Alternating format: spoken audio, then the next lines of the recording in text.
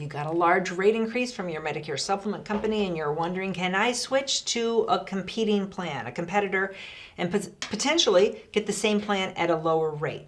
But you're worried about trying to do that because you've already met your deductible. So if you have a High Deductible Plan G, which has become a lot more popular this year, your deductible is almost $3,000. So if you've already met your deductible, you're unlikely to want to change because in your mind, that deductible will probably reset. That is not true.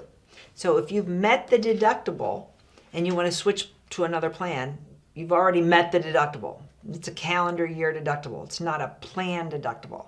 Now, if you're moving from company A to company B might not necessarily know you've met your deductible, and you might have to show your statements to prove to them, hey, I've already met it. So it might be a little bit of work, but you don't have to worry that you can't move in the middle of the year because of already meeting your deductible.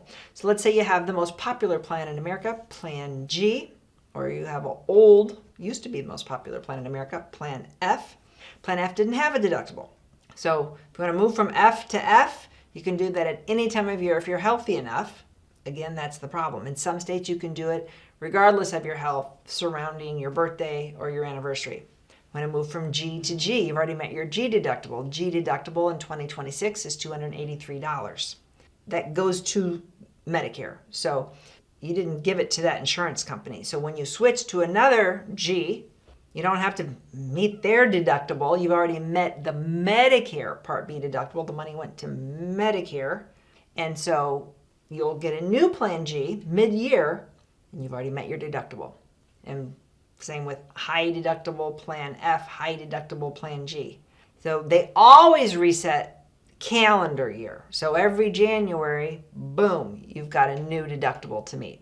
And the deductible is something people need to talk about more because all your care at the end of the year, those last 3 months of the year, you have to say, do I need to do this now? Or could this wait till next year? Now, if you've already met your deductible, heck yeah, you want to get everything done.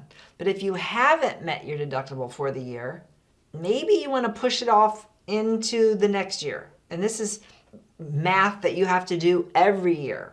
And you've probably been doing this with your deductible at work, especially if you had a family deductible. It's kind of in the back of your mind. Have we met it? Have we not met it? And should we get some more care now at the beginning of the year or at the end of the year because we've already met it? Or should we wait until next year? So when you have more questions, you want to talk more in depth, you could always email us your questions, hello@the Medicare family. Or if you're getting ready to start Medicare and start the whole process, you can book a free appointment with our team. Go to our website, themedicarefamily.com. There's a yellow button. Schedule your appointment. We're licensed in all 50 states. Our help is free. We're independent contractors, not affiliated with the government, and we can help you through the process. Thanks for watching. If you like this video, you might really like this video. Check it out. And we'd appreciate if you subscribe to our channel so you never miss a great video. We put out one every week. Check in the description below this video for a link to our cheat sheet on Social Security and Medicare. And you can also give us a comment. If you have a specific question, always feel free to call us or email us at the Medicare family.